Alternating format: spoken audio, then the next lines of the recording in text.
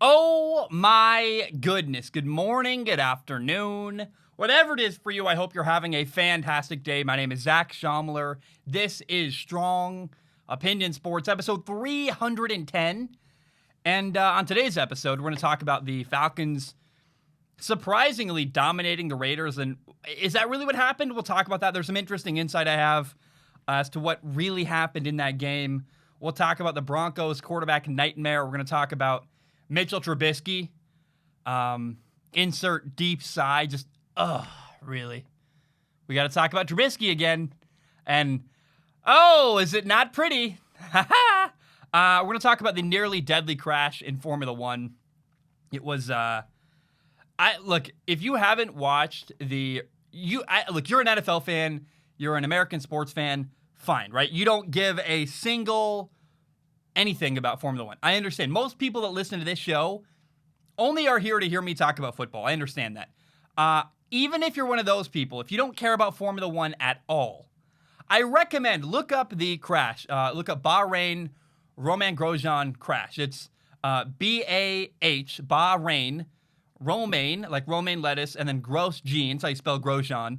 I believe he's French. Look up that crash. It's horrifying. It is... he lived through the crash, but it's really alarming. So even if you don't care about Formula One, look up the Romain Grosjean crash.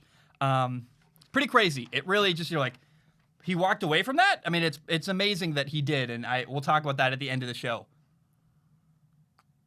Let's start today by talking about the NFL.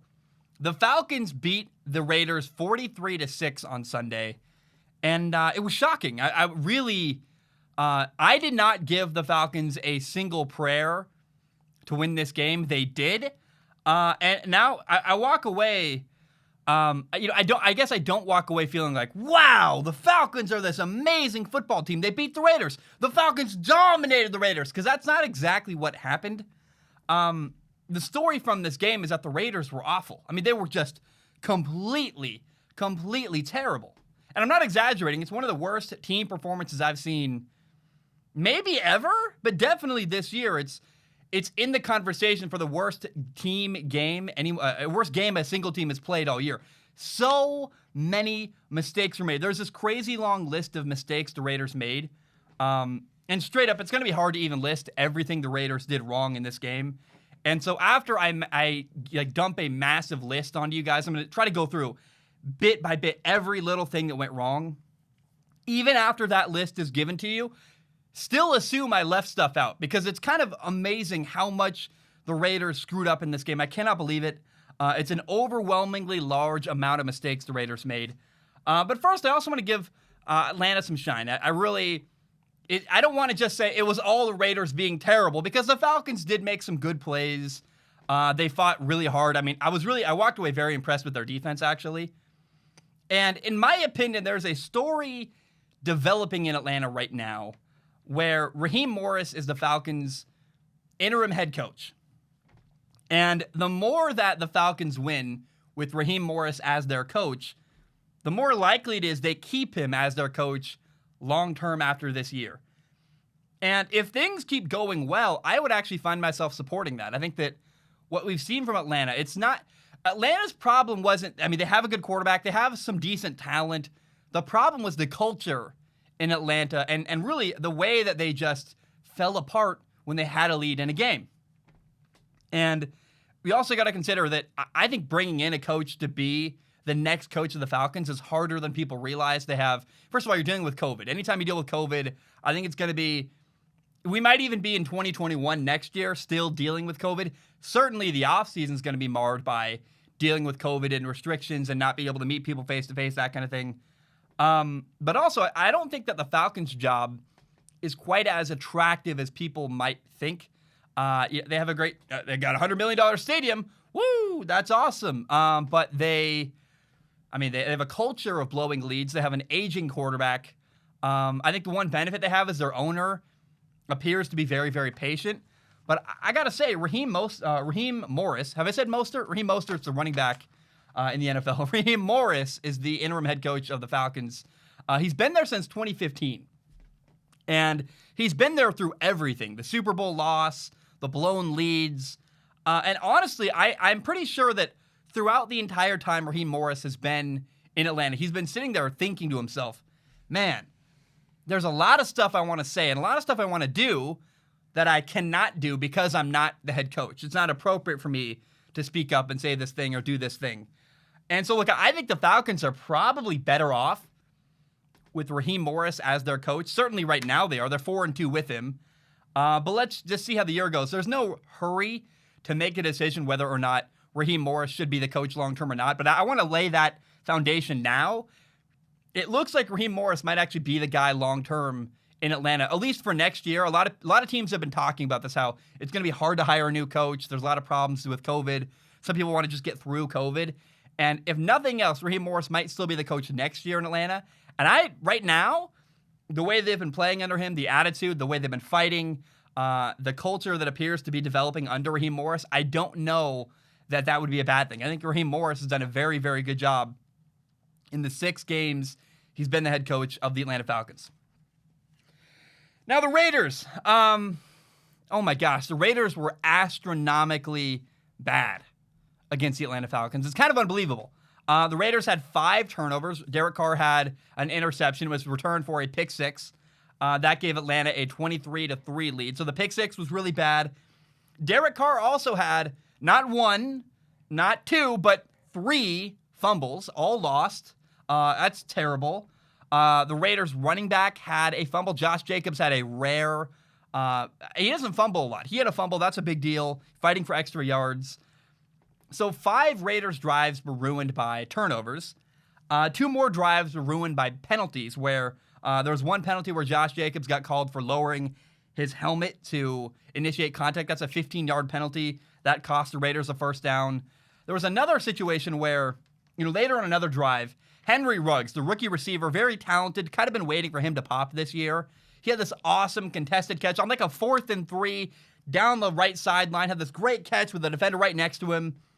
And it gave the Raiders 1st and goal. And I went, oh, let's go. I'm so excited. Henry Ruggs making a play. And the Raiders found themselves 2nd and goal from the 3-yard line. And from that moment on, everything went wrong. It was kind of unbelievable. They had back-to-back penalties. They had a holding call and then an illegal use of the hands call penalty. That led to 2nd and goal from the 23-yard line. Like, oh my, it's awful. It's terrible. And in the end, the Raiders had to settle for a field goal. They had 2nd and goal from the 3-yard line and ended up settling for a field goal because of penalties, backing them up farther and farther. And then, to some degree, I felt really bad for the Raiders defense. I mean, they just got put in bad situation after bad situation yesterday where, oh my gosh, here's some of the Falcons' starting field position from this game. The Raiders got stopped on 4th and 1. That gave Atlanta the ball on the 45-yard line going in. Good field position. You're almost in field goal range already. A fumble gave Atlanta the ball on the 21-yard line going in. Atlanta also had drives starting on the 27-yard line going in and the 35-yard line going in. The Falcons kept starting drives basically already in field goal range. I mean, that cannot happen. You cannot repeatedly hand your opponent great field position over and over and over again. You can't have that many turnovers. You can't have that many bad... So many things went wrong for the Raiders. You can't have that many things go wrong and expect to be competitive, let alone win a game. And since we're talking about field position, when Derek Carr threw his pick 6, it was really infuriating because it came right after the Falcons had one of their punts partially blocked. I mean, the Raiders had the ball 1st and 10 on the 36-yard line going in. Just handed amazing field position. And Derek Carr threw a pick 6. I mean, it's terrible. And so you might ask, what happened in this game? I was sitting at home. I looked at the final score. I went, what in the world? How did the Falcons win 43-6? How does that happen? And it wasn't like the Atlanta Falcons were suddenly this amazing team. They had a punt partially blocked. They missed a field goal. They dropped a touchdown. Here's a great example. Even when the Falcons missed a field goal, it's 4th and 16. Atlanta is kicking a field goal, they miss, but the Raiders ran into the kicker. And the roughing the kicker penalty gave the Falcons an automatic first down that led to a touchdown. It's crazy. It's ridiculous. The Raiders had 11 penalties that cost them 141 total yards. You cannot give up that many penalty yards because these were big, costly penalties. And the Raiders just had this comically bad performance on Sunday. Mistake after mistake after mistake. I mean, credit Atlanta, right? They won the game. Anytime you win a game in the NFL, it's a big deal. Congratulations. Good job. But man, the Raiders handed this game to Atlanta and then just said, you know what? We'll just lay down. You can have everything.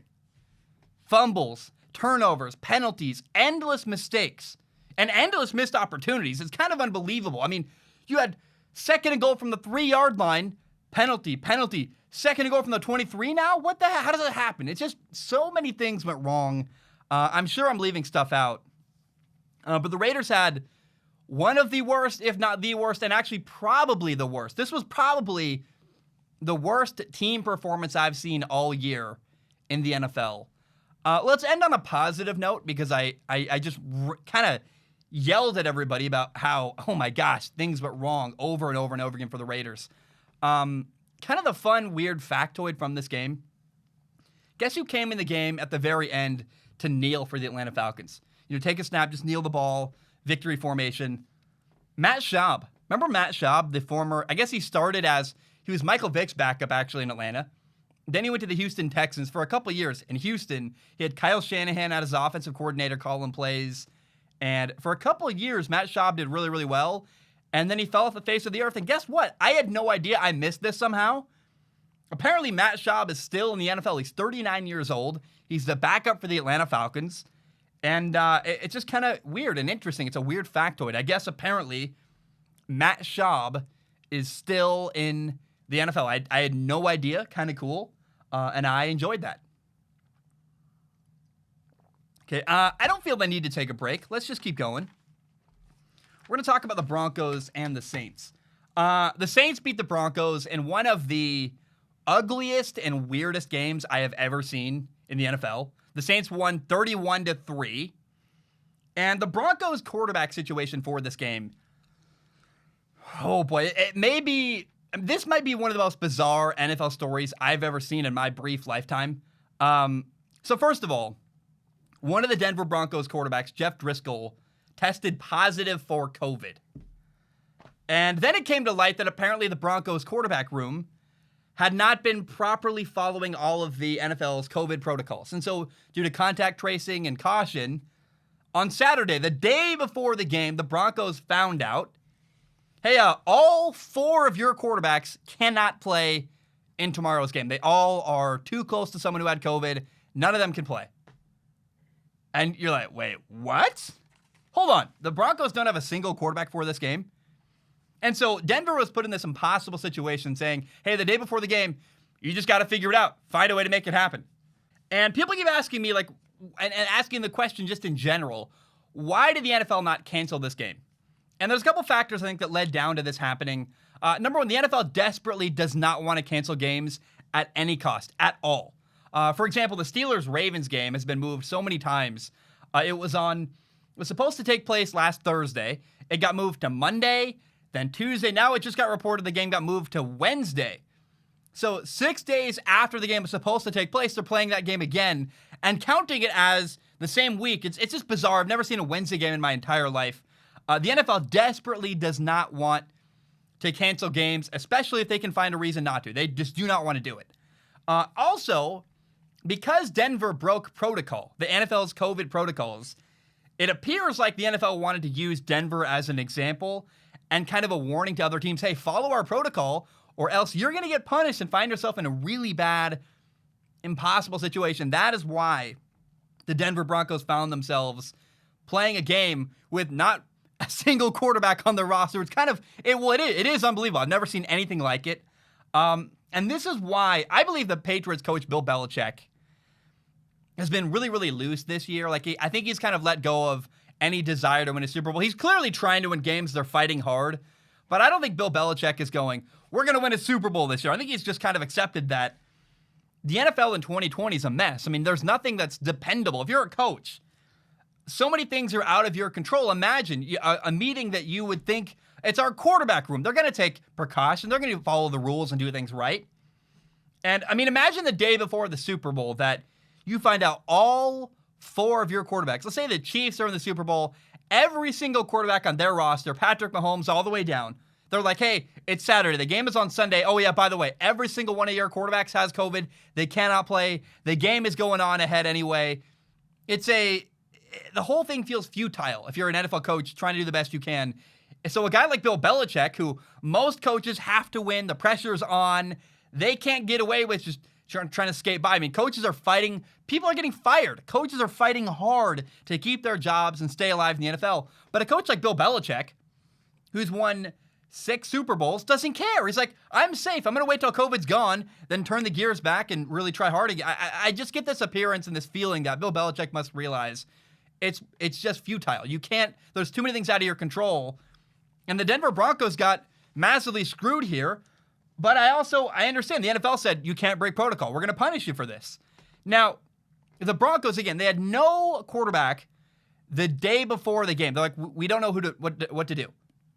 And so the guy who kind of sort of played quarterback for Denver was a guy named Kendall Hinton. He's a practice squad wide receiver. He did actually play quarterback in college. He was the backup at Wake Forest. He's a very good athlete. Not a very good quarterback, although I don't think that's even fair because I just felt bad for Kendall Hinton. I have a line later that kind of sums up how Kendall Hinton did, but the poor guy was put in an impossible situation. He's not even a quarterback anymore. You have 1 day notice. There's no way to really prepare. Like sometimes you look at a guy who they get their first opportunity in the NFL and you're like, well, the guy wasn't prepared for his moment. How could Kendall Hinton have possibly prepared for this moment? He had no idea. 1 day notice. You're not even playing quarterback anymore. You're a receiver now. I just feel bad for Kendall Hinton, honestly. He was 1 for 9 passing at 13 yards with 2 interceptions. His 1 completion was on a dinky little screen pass. It's just the poor guy. I just felt bad for him. His other 8 passes to incomplete were literally like nowhere near his receivers. He just was throwing up prayers, hoping they would be completed. And poor Kendall Hinton was set up to fail. I just feel bad for the guy. Now, it's also, I got to point out, it's pretty amazing that in spite of the situation, right, in spite of the fact that they had no idea who was going to play, I mean, they were like, I imagine Saturday night, they're like, well, what kind of makeshift playbook can we put together? Let's run plays we've never even talked about before, have like a walkthrough and did whatever they could. And all things considered, it's pretty amazing that Kendall Hinton didn't have any like fumbled snaps or anything like that. They had a bad snap to Phillip Lindsay in the Wildcat formation. That's about it, though. And so it's a fun line I'm going to say next. It's harsh, but it's also true. If you've ever wondered what it would be like if you threw a high school quarterback into an NFL game, it would likely be very, very similar to watching Kendall Hinton play quarterback on Sunday against New Orleans, where it was hopeless. There was no chance. The guy looked scared for his life, running around, throwing the ball just up in there, hoping people would catch it. And, in fact, it's kind of another crazy story at this whole situation is that apparently the Broncos tried to add one of their quality control coaches, a guy named Rob Calabrese, who played Calabrese. I've never heard of the guy. I guess he played quarterback at UCF a long time ago. He's 29 years old. I don't know that he ever actually, I think he was on a roster at Central Florida. I don't know if he actually played quarterback. But the reason why the NFL didn't allow him to do it, which would have made sense. You have a coach who is reasonably healthy, who you would think is like, maybe he's in playing. He knows, the benefit is he would know the offense very, very well. At the minimum, you wouldn't need to create a new offense. Because of Kendall Hinton, that had a guy who didn't even know the offense, had to literally just throw something together.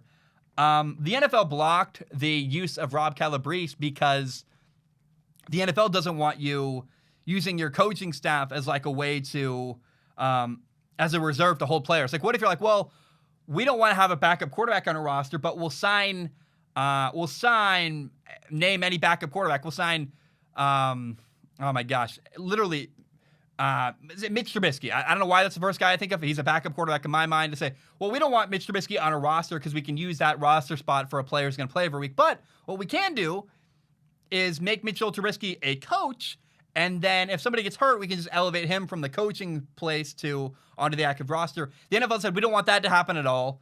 Plus, you also need to have a player for 5 days between signing them before they can play.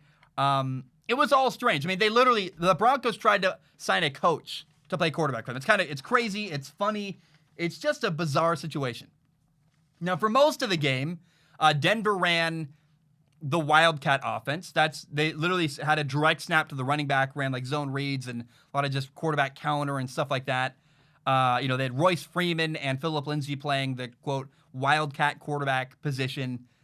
They did not throw the ball at all. The only person who threw the ball for the Broncos was Kendall Hinton. And it reminded me how awful the Wildcat offense is to watch. It's very limited. It's easy to defend because you just load the box and then pray that they don't do like a fake run, pop pass kind of thing.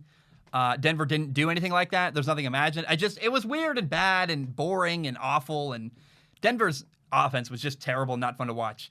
Actually, it's kind of amazing that despite the circumstance, it's crazy Denver even got a field goal. They got 3 points. And Denver only got a field goal because Taysom Hill, the Saints quarterback, threw an interception, gave them really good field position. They went 3 and out, but they started the drive in field goal range, so they got a field goal, got 3 points. That's why Denver lost 31-3 instead of 31-0. Now let's talk about the Saints and Taysom Hill, because I've seen enough. I've seen enough of Taysom Hill to know that Taysom Hill is not the long-term answer at quarterback for the New Orleans Saints. The Saints need a better quarterback to be their long-term franchise quarterback. The answer is not Taysom Hill. He's got an average arm, which if you're flawless with attention to detail, you can get away with having an average arm. Taysom Hill is not flawless. He actually is very, in my opinion, not great with the small attention to detail where he held onto the ball too long. He didn't see people open. He didn't find his checkdowns. He had no idea what was happening with the play clock. He had 2 delay of game penalties. One was really bad. He literally just had no idea that the play clock had turned to 0. They didn't call it till like 8 seconds after it hit 0 because it was bizarre and weird. And so Taysom Hill, I don't want to come down too hard on him. Like, people are going to hear me say he's not the long-term answer and think I hate Taysom Hill or he's bad, he's not very good. I want to be very, very clear here. Taysom Hill is fine. He's fine. He's a backup. He's a very solid backup quarterback. In fact, if he was my backup quarterback, I'd feel very good about that. He clearly works hard. He knows the system very, very well. And I would even go as far as to say that if Drew Brees retired and the Saints needed a year to kind of bridge the gap to get through a year, he could be a good duct tape, bridge the gap quarterback for a year if need be, right? Taysom Hill is not terrible, nothing like that. He's very, very solid. He's very, very fine. But he's also not good enough to be your long-term franchise quarterback. I'm not building my offense and my franchise around Taysom Hill. No way. And I'll wait till his run starting games is over, but at some point I'll make a video, like a film analysis video, breaking down, showing you examples of mistake and this and that. I'll do a film analysis of why Taysom Hill is not the long-term answer at quarterback, but point blank, he's not. I mean, I'll show you later, but he's not. He's also 30 years old, and I'll be totally honest. I mean, Taysom Hill is a slightly better version of Tim Tebow. Remember Tim Tebow a couple years ago? Taysom Hill has a slightly better arm. He's slightly better throwing the ball. He's a slightly better athlete. He's certainly quicker and more twitchy. But the scheme, the play calling, the style, Taysom Hill is very, very similar to Tim Tebow. I mean, he just is. Taysom Hill had more carries than completions, meaning that Taysom Hill ran the ball 10 times. He only had 10 completed passes. That's kind of crazy. Like, he had 10 throws that were caught by a receiver. He also ran the ball 10 times. Sorry, he had nine completed passes. He was 9 for 16 passing with 78 yards passing and an interception. And he ran the ball 10 times for 44 yards and 2 touchdowns. Again, he had more carries than completions. That's unbelievable. He's not a typical quarterback. He's a better version of Tim Tebow, in my opinion. And also, I mean, some of that is because the Saints were up by so much. Some of that was mercy. They're like, we don't need to throw the ball very much because we're running the ball dominated with a dominating fashion. Latavius Murray had a great game. The Broncos didn't want to be there. I mean, part of that is because I'm not trying to just skew the stats to make it sound bad. Part of why Taysom Hill ran the ball so much and didn't throw very much is because the Saints were winning by so much, they didn't need him to do very much, and they didn't ask him to do very much. Now, I will say, to the credit of Taysom Hill, I try to give praise whenever I can. He had a really good throw down the left sideline, a back shoulder throw to Michael Thomas. Good ball. I mean, it's a good throw. I think it's the best throw I've seen him make in his entire NFL career. I went, that's a nice ball. But I've seen enough from Taysom Hill. He's solid. He's not bad. He runs the offense very, very well. If Taysom Hill was my backup quarterback, I feel very confident. Like, hey, he can run the offense. He can win a couple games. Don't get me wrong. I like Taysom Hill. But I would not build my franchise around him. Taysom Hill is not the long-term answer at quarterback for the New Orleans Saints. Okay, we can take a break. I still don't want to. I think I'm okay. We'll just keep going. I don't know if you picked it up. There was a cut that you might not have heard or noticed. My neighbor's car alarm went off for like 15 minutes in a row. I'm not kidding. It was like, it turned off, and I'm like, okay, it's solved, problem solved. I paused, didn't even stop recording. I was like, whatever. Then it started going again, and I'm like, how is your car alarm going off again? And that same cycle happened, I'm not kidding, 9 or 10 times where I'm like, it's over. I'm like, okay, I sat down and started recording again like 9 times. Because I was like, oh, it's over. And then it happened again. I'm like, I still, to this day, to this very moment, I don't trust that this car alarm's not going to start again, but it appears to be over. But I hate that it drives me nuts. I tried to hide the cut. I hope you didn't hear it. But that gave my voice a break. I was just fuming angrily, so my voice got a chance to rest and to take a break. So whatever. On Sunday Night Football, the Packers beat the Bears 41-25. Oh, man. First of all, Aaron Rodgers, credit to him. I made that video a while back saying, like, Aaron Rodgers is no longer elite. I look stupider and stupider every time Aaron Rodgers plays because he was flawless. I mean, I think he played about as good as you possibly can in that game where he was, I think, 21 for 29 passing, had a bunch of yards. He had 4 touchdown passes. He actually he eclipsed 50,000 passing yards in this game. He had a long touchdown pass to Robert Tonyan. And so Aaron Rodgers was amazing. The Packers dominated very easily. Here's the story from the Packers-Bears game, though. Once again, the story about the Bears is stupid, stinking, Mitchell Trubisky. I don't have a personal vendetta against Mitchell Trubisky. I just hate watching the guy play football. I hate it so much. I've probably watched Mitchell Trubisky play football more than any human being ever should. And he's played more than he ever should have. He's played more football than he deserves to have played, in my opinion. It's infuriating. The reason why Trubisky was playing is because Nick Foles got hurt. Again, Nick Foles isn't the answer in Chicago. Trubisky isn't the answer. Matt Nagy needs to be fired. They got to just clear house in Chicago. I've said that before. I'll say it again. I said that a couple shows ago. And oh my goodness, it was terrible. Mitchell Trubisky, please, it's time to bury any hope of Mitchell Trubisky ever being good. I gave up years ago, like 2 years ago, I said, Trubisky's not going to work, right? But people keep sending me messages like, oh, this is the year. This time, Money Mitch is going to be good this time. And people keep giving him chance after chance after chance. No. It's over. Please stop giving this guy chances. I cannot believe how many opportunities Mitchell Trubisky's gotten. Again, I've watched this guy play more football than I've ever seen in my life. And Trubisky's never made sense to me. He should have never been drafted number 2 overall. He's very limited. He's not very good. He had 2 interceptions. He had a fumble against the Packers. He had 2 touchdowns in garbage time. Congratulations. He had 1 really good drive before halftime. I thought it was the best drive Chicago had all day where Trubisky was throwing the ball in quick game, getting the ball out of his hands very quickly. He had a bunch of checkdowns, but that's not sustainable. You can't only run quick game and checkdowns and be successful long-term in the NFL. Trubisky's a backup. I mean, that's what he is. I don't think he's even a good backup. He's a bad quarterback. I'm so tired of this. And the Packers took his fumble to the house for a touchdown.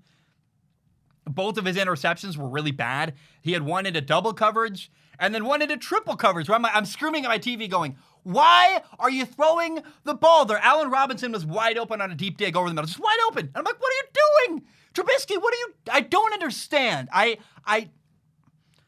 trying to calm down. I think it's because I hate bad football and I hate bad quarterback play. And it's been so obvious for so many years. Trubisky's awful, and yet he still gets put out there. I don't mean this in a mean, facetious way. I never want to watch Mitchell Trubisky play quarterback ever again. I don't want to see it. He doesn't deserve it. He doesn't deserve another opportunity. I'm not just I'm not doing my Stephen A. Smith thing where I yell, and I've never been that guy. I've never been the guy who yells and rants, but I'm furious that this guy is still getting opportunities in the NFL. It's terrible. It's like there's not anybody better in the entire league. You're still playing Mitchell Trubisky? What in the world are you doing? Here's what I'm trying to call him that. Really, it's one of those moments I'm just losing it. I think here's what really infuriates me the most is that Chicago, for a very brief time, had the most dominating defense in the entire NFL. They were phenomenal. Their defense was terrifying. And that really good roster with a great defense got wasted because Mitchell Trubisky was their quarterback. It's a massive missed opportunity for an organization that had an opportunity very briefly. They had a Super Bowl window, in my opinion, where if they got the right quarterback with that defense, they win a Super Bowl.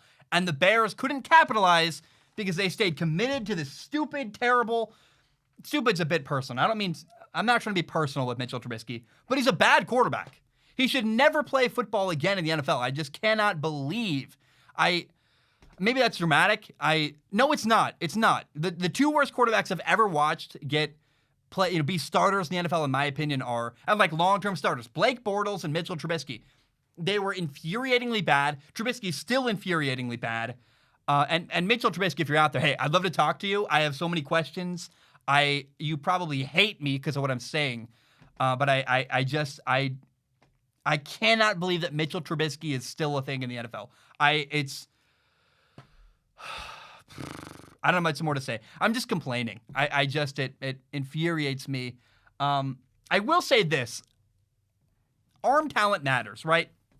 So I used to play quarterback in college, and the farther I've gotten from my playing days, the more my philosophy and my viewpoint on football has changed, where the more I've really come to value arm strength and arm talent so much more than I used to. When I played quarterback in college, I had like a little noodle arm. I was like Gardner Minshew at best, right? I just could not drive the ball downfield the way I wish I could have. I'd flawed mechanics where it came out way too high over my head, and I should have. It's funny if you watch me throw a football now, my mechanics are very different where I'm way more at 90 degrees, and I'd probably drive the ball better. But I never, even with great mechanics, I never would have had a strong arm. I'm I'm 5'11", weak. I'm not a very big dude, and I didn't drive the ball very well. And so I think because of my weak arm strength, I was like emotionally attached to that. And I had this kind of barrier to me where I used to defend and try to find ways for quarterbacks with weaker arms. I had sympathy for them. And I would always find a way for to support a weaker armed quarterback. And you can, in my opinion, still to this day, if you don't have the strongest arm in the world, you can still succeed in football. Like, don't give up, because if you're really, really great, have great attention to detail, you can succeed in football as a quarterback. If you have great attention to detail, you can make it with a weaker arm. But it's way harder.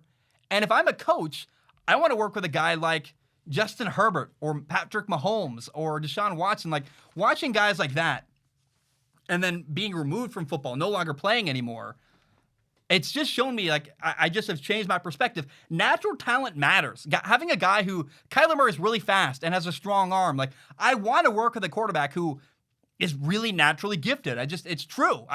You have more advantages. If you can teach a guy to be a great quarterback who's not a good athlete and has a weak arm, or you can teach the same skill sets to a quarterback who's really naturally talented, the ceiling's way higher. It's more fun. It's more attractive as a coach.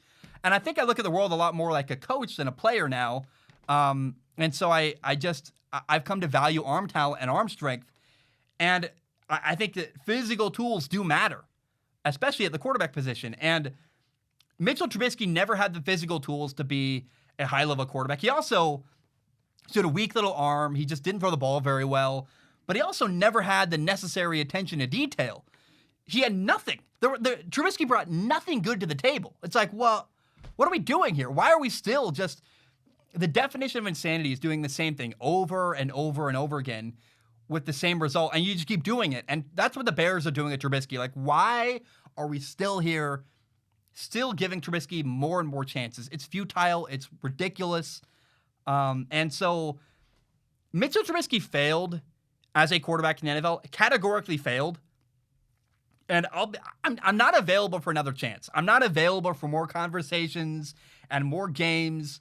I moved on years ago, but I'm at the point where I'm drawing a boundary with other people. Do not send me messages. Do not tell me you still believe in Mitch. I don't care. Either get on board with me and move on as well, or just don't talk to me. I just cannot. It's over. It failed. It failed years ago, and people just keep holding on to this dead carcass of a quarterback career that's not going to work. And I just am so. I'm over it. I'm tired of Trubisky. I hope personally I never need to make a Mitchell Trubisky segment ever again. I hope my tone wasn't too harsh. I'm sure it was. I'm sure a lot of people are mad at me, but hey, it's how I genuinely feel. I've never been more infuriated than it was 3 a.m. last night watching Sunday Night Football, trying to come up with something to say about Trubisky. I hate it. It's over. It's terrible. It failed, and I got nothing left to add to the conversation. I'm hopefully forever done talking about Mitchell Trubisky. Oh my gosh. I didn't expect the anger to come out. I guess I'm really angry about Trubisky. It really, it's insanity that he's still getting opportunities in the NFL. I stand by that. It drives me nuts. Let's talk about F1. On Sunday, we had the Bahrain Grand Prix. Bahrain is spelled B-A-H and then Rain, R-A-I-N-E. Bahrain is a tiny island nation off the coast of Saudi Arabia in the Persian Gulf. Kind of interesting to research it. I did. Every time there's an F1 race, I kind of research the area. And Bahrain was one of the more interesting areas I've researched due to Formula One and the geographic location. Lewis Hamilton won the race. Max Verstappen got second. Alex Albon got third. So it was Ferrari, Red Bull. Now, I want to talk about Max Verstappen down the road in a minute. I want to talk about Sergio Perez. But I think it's obvious what I have to talk about, number one, and first and foremost, is that the obvious dominating story is Romain Grosjean's crash. The really, frankly, horrific crash. I mean, he went through the barrier. His car snapped in half. I've never seen that happen before. And I've watched compilations of F1 crashes because I'm fascinated by it. His car was a ball of fire, just like tall, leaping flames up in the air. And it's a terrifying image to see a car just on fire with a driver inside, struggling to get out of the burning car. It's like, oh my gosh. And so if you haven't seen it, even if you're not a Formula One fan, go look up the Bahrain Romain Grosjean crash. It's truly horrifying. It's unbelievable. I don't dare put a video of it on YouTube because I don't want to get removed or copyright struck or whatever. But go look it up. It's worth it to see. You should see it. It's horrifying and shocking. I mean, the front half of the car that Romain Grosjean got out of, that went through the barrier, because their car snapped in half. He's sitting in the front half of the car. It's engulfed in flames that are just high, leaping flames. And when he got out of the car, all that was left was this like charred piece of metal. It's like, oh my God. And he got out okay. He had slightly burned hands, but Romain Grosjean's alive. He put a video on Instagram. He's okay. And that's unbelievable. I mean, it was kind of sobering because F1 cars didn't have halos until 2018. Halos are the ring around the head. It kind of makes a pseudo windshield almost, but there's no screen. It's just a protection for the head. And look up the halo. It's a metal bar around a driver's head. Just look it up if you don't know what I'm talking about. And on one hand, the result of this crash is a testament to the safety of Formula One, where they've come a long way. I mean, years ago, a crash like that, Romain Grosjean would have died. Romain Grosjean would have been, this would have been a very different video and a very different topic if this had happened 20 years ago. Romain Grosjean would have been dead. It's awful. It's terrifying. It's true. But even in spite of the fact that he didn't die, he did almost die. And there was a moment where, the halo protected his head from the barrier. So he went through the barrier. He's jackknifed through it. The halo protected his head, so he didn't go unconscious. He was alive, able to get out. But he had to get out of the car very quickly. There was a brief moment where he was in a race for his life to get out of the burning car. And, safety measures and all, there was still a race for his life. His life was in danger. I mean, you're always in danger when you drive an F1 car, but there's a moment he's in this burning car, seatbelt, shoe. I mean, his boot came off, trying to get out of this burning car, up and out over the. It's terrifying. And if he's unconscious or if he's a little bit slower getting out of that car, he dies. He would have died, and that's not an exaggeration. It's just terrifying. And so this, again, the sobering, horrifying moment. This moment in F1. It caused a debate with people saying, did TV show too much? Did TV go too far by repeatedly showing the crash and the fireball over and over and over again? And remember, there was like an hour-long delay. The crash happened. They red flagged the event. Everyone's off the track. And they had to do the work of replacing the barrier. It took about an hour.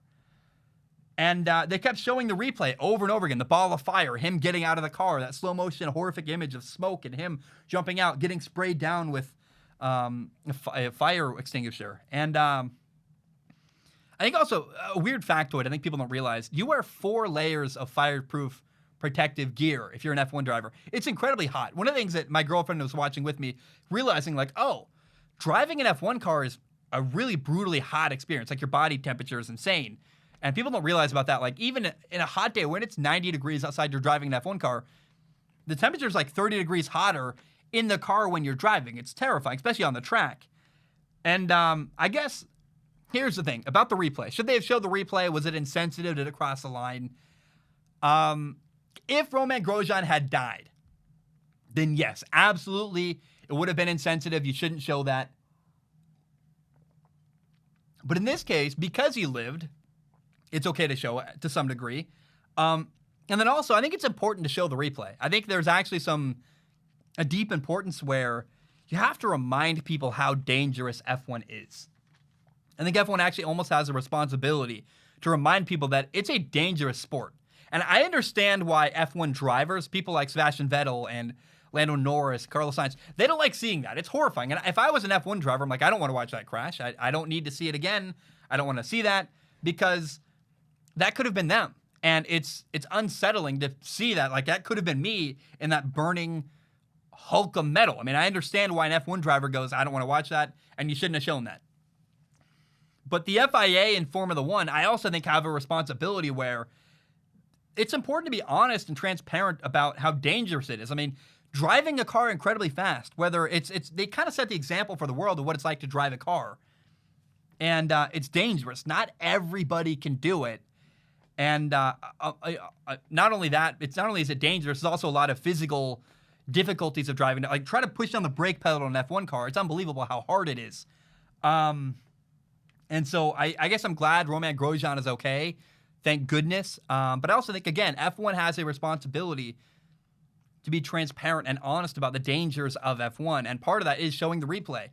It's burned into my mind forever, that image of Romain Grosjean getting out. I never did, but I never would anyway, especially because of this moment, take for granted what an F1 driver does, the risk they take and the danger and the difficulty of what they do. And so that replay does definitely get that point across. Now, I want to shift gears to maybe, I don't know if more lighthearted, but we'll talk about other parts of the race now. First of all, I felt really terrible for Sergio Perez. He had 3 laps to go. He was in 3rd place, a podium position. And then suddenly, Sergio Perez's Racing Point just caught on fire. I mean, smoke coming out, like his car was on fire behind him. It's terrible. And I felt so bad for the guy. Just awful luck for him, for Sergio Perez, for Racing Point. And it cost him a podium. It's terrible. I feel so bad for him. I also felt sad for the Racing Point team principal, Otmar Safnauer.